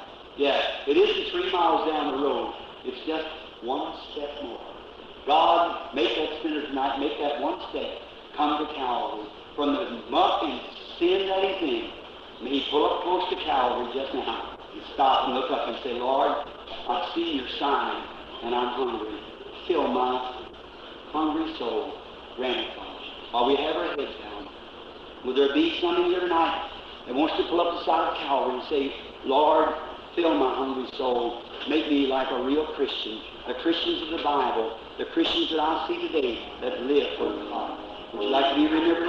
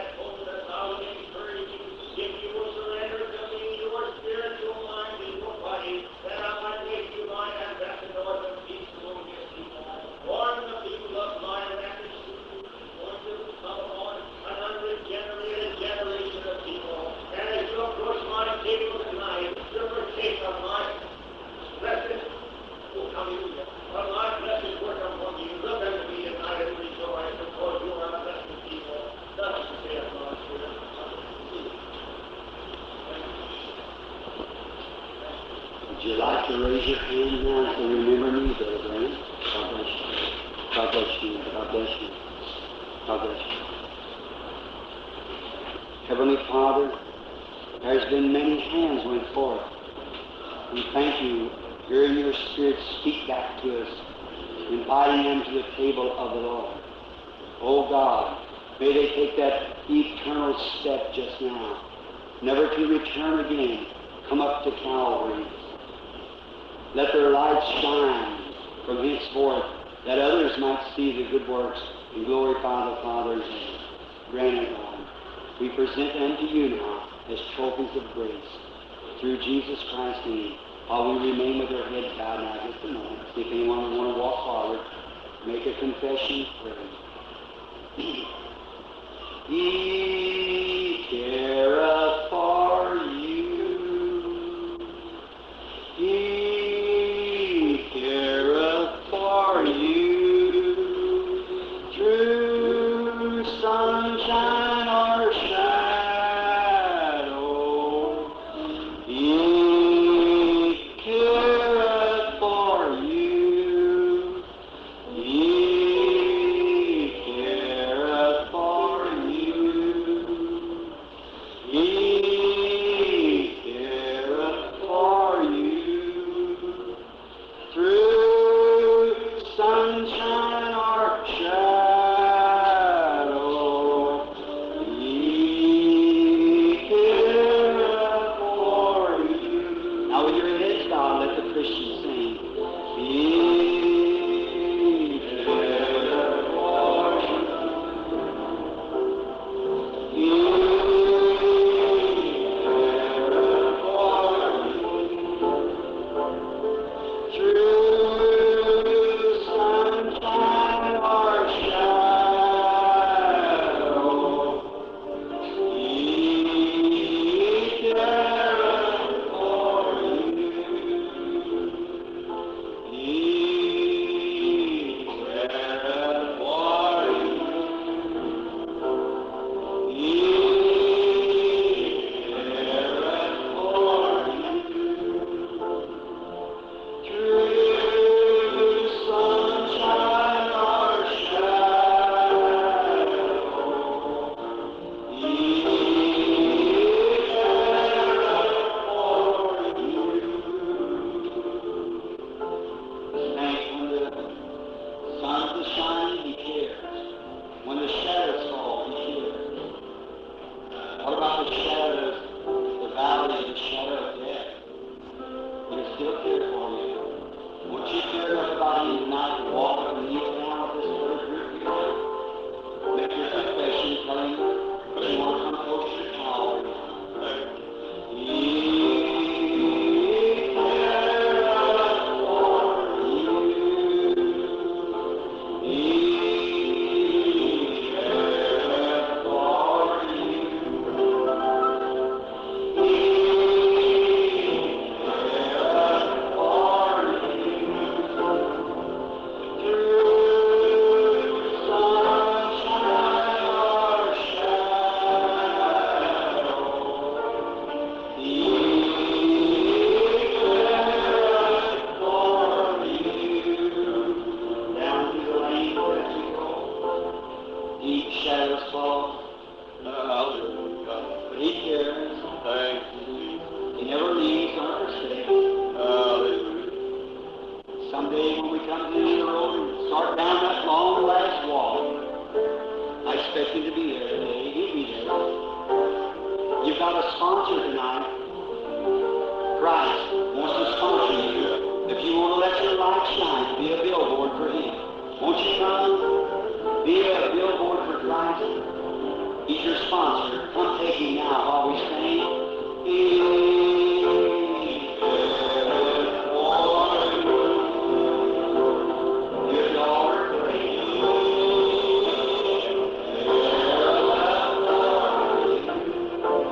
He cares for you there. Through sunshine or shadow,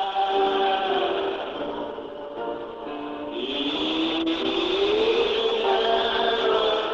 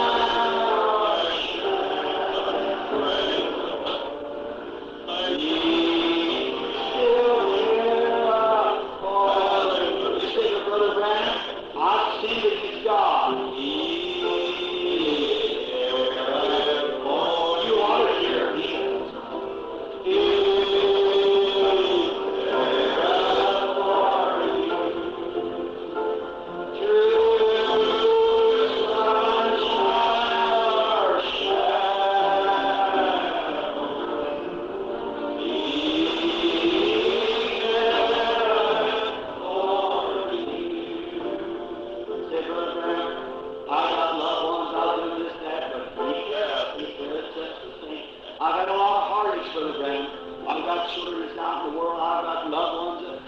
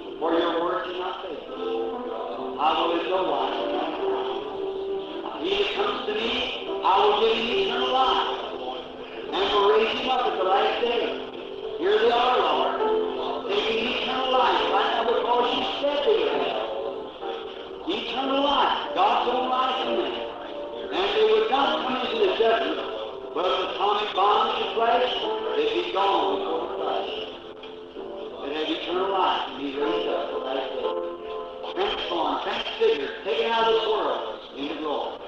They are yours, Lord.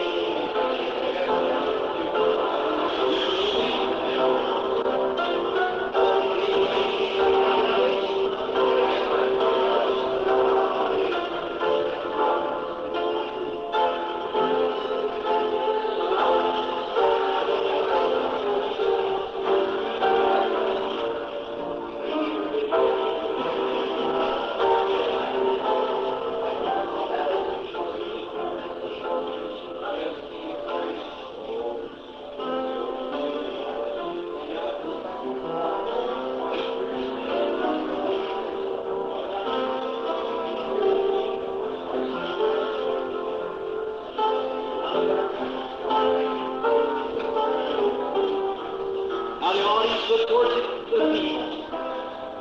Now let's all, you here at the audience, raise your hands. And then the audience, let them raise their hands. You all will raise your hands now while we sing.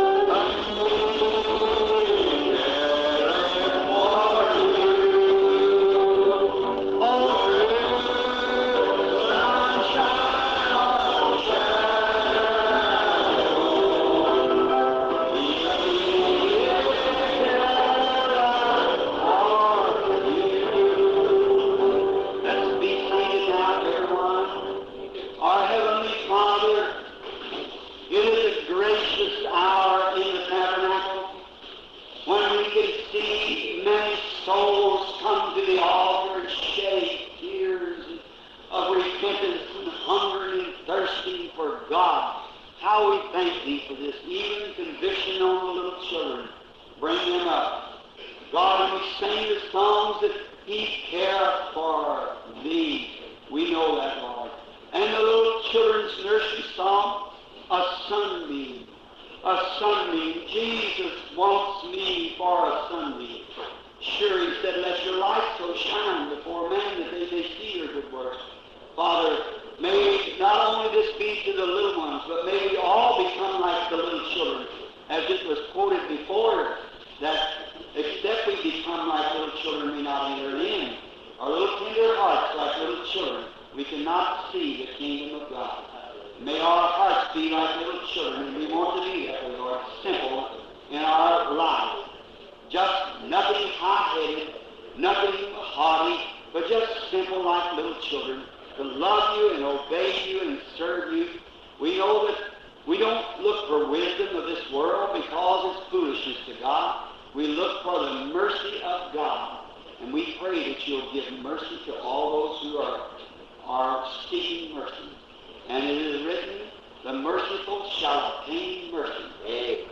Now we are approaching the table of the Lord. Oh, what an appropriate time as you see many of the altars filled, repenting, young boys, young girls, little children, aged, middle-aged, teenagers, fathers, mothers. See them coming, accepting Jesus, walking up close to Calvary because that they are coming to the table of the Lord. Now, in the symbol, you only left us two symbols. One of them was the communion. The other was feet washing. And three it was, and baptism. That's symbols. Communion, feet washing, baptism. That's the symbols outwardly that we do. It speaks of an inward work of grace. We're to baptize someone in a few moments in the name of Jesus Christ. Father, there's many here coming to the table of the Lord.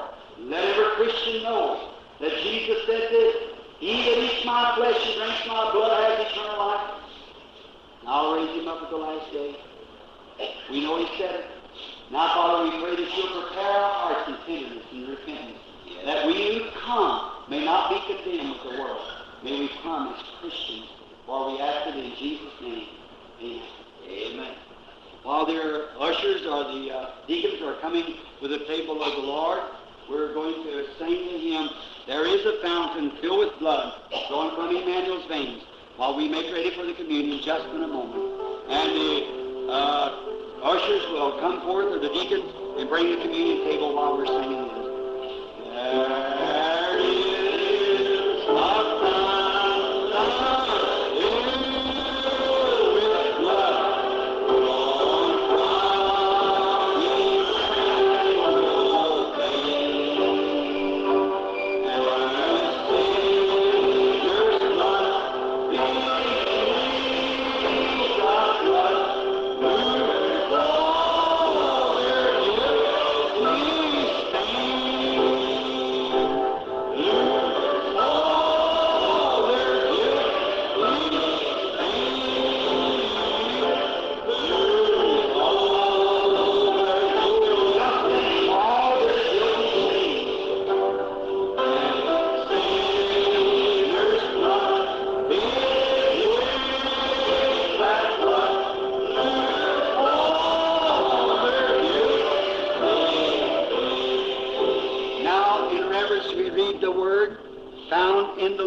Chapter of 1 Corinthians, the 23rd verse, St. Paul speaking to the Corinthian church. For I have received of the Lord that which I also delivered unto you, that the Lord Jesus, the same night which he was betrayed, took bread, and when he had given thanks, he brake it, and he said, take and eat. This is my body which was broken for you. This do in remembrance of me. After the same manner he also took the cup, and when he had supped, saying, this is the cup of the New Testament in my blood. This do you as oft as you drink it in remembrance of me. For as oft as ye eat this bread and drink this cup, you do shew forth the Lord's death till he comes. Wherefore, whosoever shall eat this bread and drink this cup of the Lord unworthily shall be guilty of the body and the blood of the Lord. But let a man examine himself, and so let him eat of the bread and drink of the cup. For he that eateth and drinketh unworthily eateth and drinketh damnation to himself, not discerning the Lord's body. For this cause many are sick and weakly among you, many sleep. For if we judge ourselves, we should not be judged. But when we are judged, we are chastened of the Lord, that we should not be condemned with the world. Wherefore, my brethren, when you come together to eat, tarry one for the other.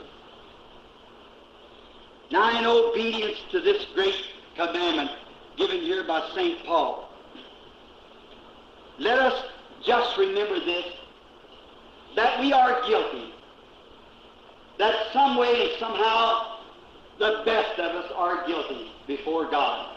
Because it is written of our Lord Jesus Christ, be ye therefore perfect, even as your Father in heaven is perfect. So we can only be perfect through our faith in His shed blood, for there's not one thing we can do to help ourselves. We have to trust in His mercy. So I shall pray for you, that God will forgive you for all your unworthiness. And will you pray for me, that God will forgive me for my unworthiness, for we're approaching the table of the Lord. We will pray silent, one for the other.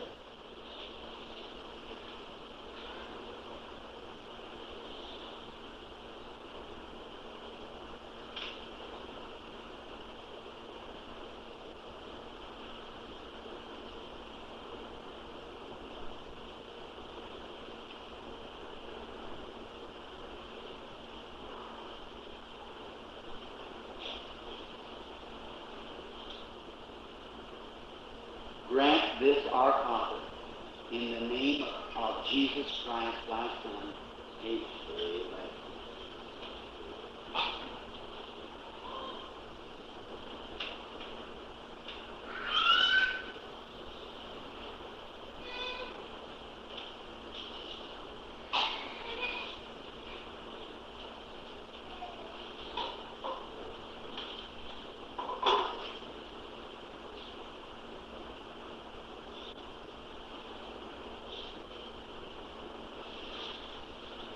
Representing the body of Jesus Christ, this kosher bread. He take bread, break it, gave to his disciples, and said, take ye and eat. This is my body which is broken for you. This do in remembrance of me. Let us pray. Our Father who art in heaven, hallowed be thy name. Thy kingdom come, thine will be done in earth as it is in heaven. Give us this day our daily bread, and forgive us of our trespasses as we forgive those that trespass against us. Lead us not into temptation, but deliver us from evil. O Lord God, creator of heavens and earth, author of everlasting life and giver of every good gift, look down upon the sons of man, and forgive our sins, as we in penance bow before thee. Unworthy creatures we are. And when we see the price that God paid for our sins by sending His Son, made in likeness of sinful flesh, and His precious body, I see the nail scars in His hands, in His feet, the thorn marks in His head, the pierce under His precious heart. This was all done for my sins, in the sins of my people. This, Lord, we repent of our sins. This bread represents that broken body which we're to take in remembrance of Him. O Father God, sanctify this kosher bread to that purpose. We ask in Jesus Christ's name. Amen.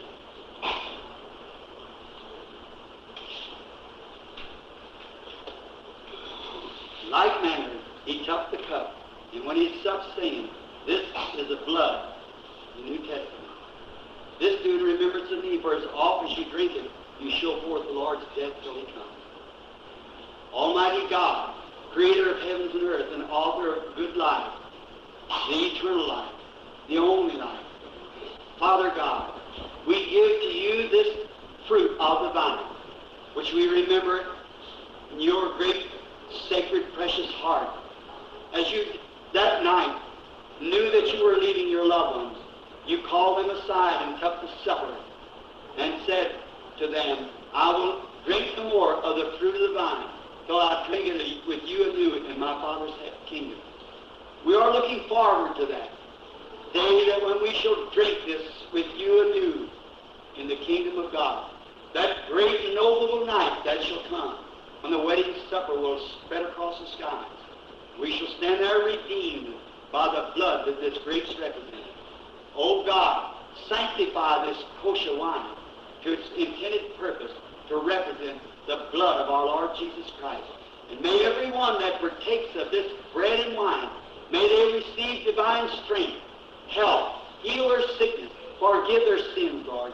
Heal my sickness and forgive my sins, and make us thy people, thy servants. For we ask it in Jesus Christ's name. Amen.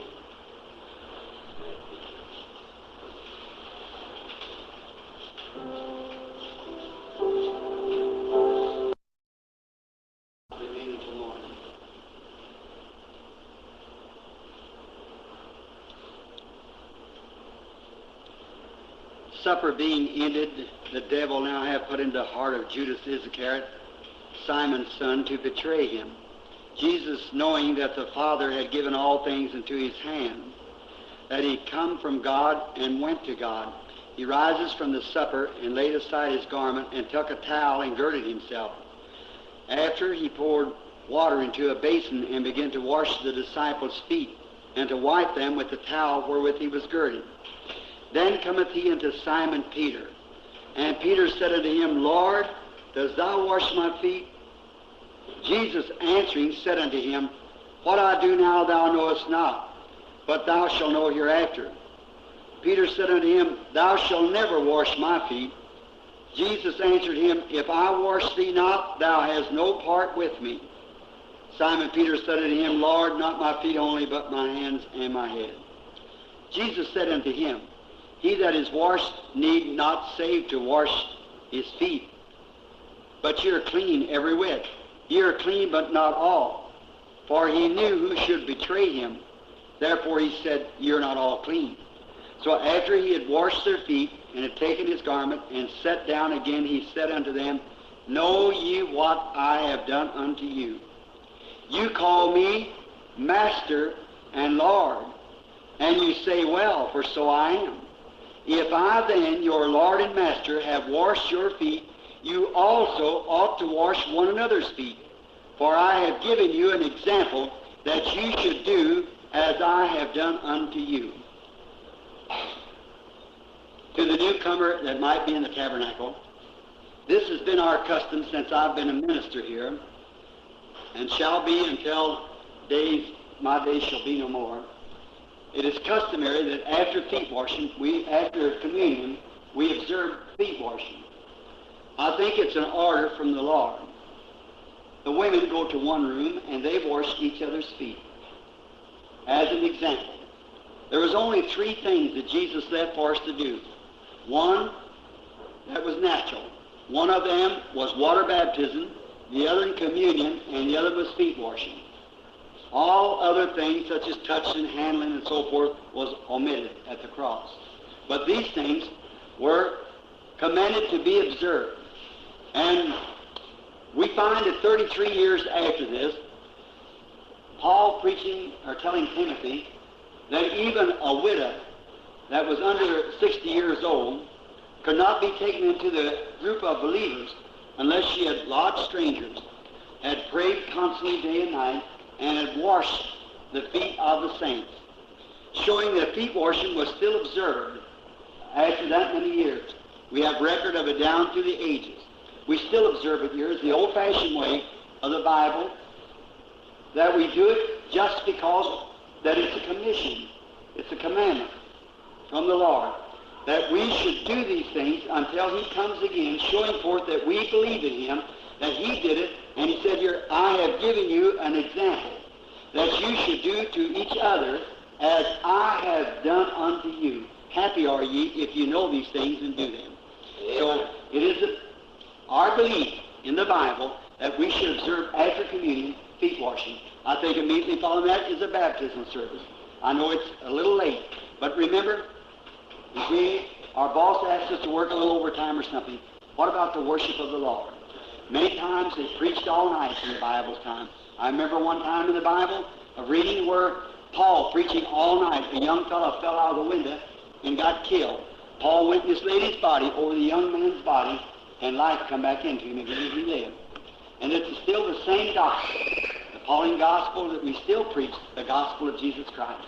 So now, the women have a room back here, and the man has a room here. And now, if you could stay and wanted to see the baptismal service, and you're going to be baptized, we have clothes here ready for baptismal service, which will be immediately following this, which will take about maybe 8 or 10 minutes to finish the foot wash service. And if you people, men or women, who have never observed this, and you want a blessing in your soul, knowing that you are doing it, just when you put the towel around yourself to kneel down to your brother's feet, to wash the feet, just remember that Jesus put a towel around himself one day and knelt down to wash fishermen's feet. And he said, I'll give you an example that you should do to one another as I've done to you. Just keep that in your mind, and I'm sure there's a blessing ahead for you. God bless you now. Let the women go to that room, and if you just want to stay for baptismal service, just remain in your seat. The baptismal service will be following this service right here. And the man will come back here, and the women will go back there. God bless you. That's right.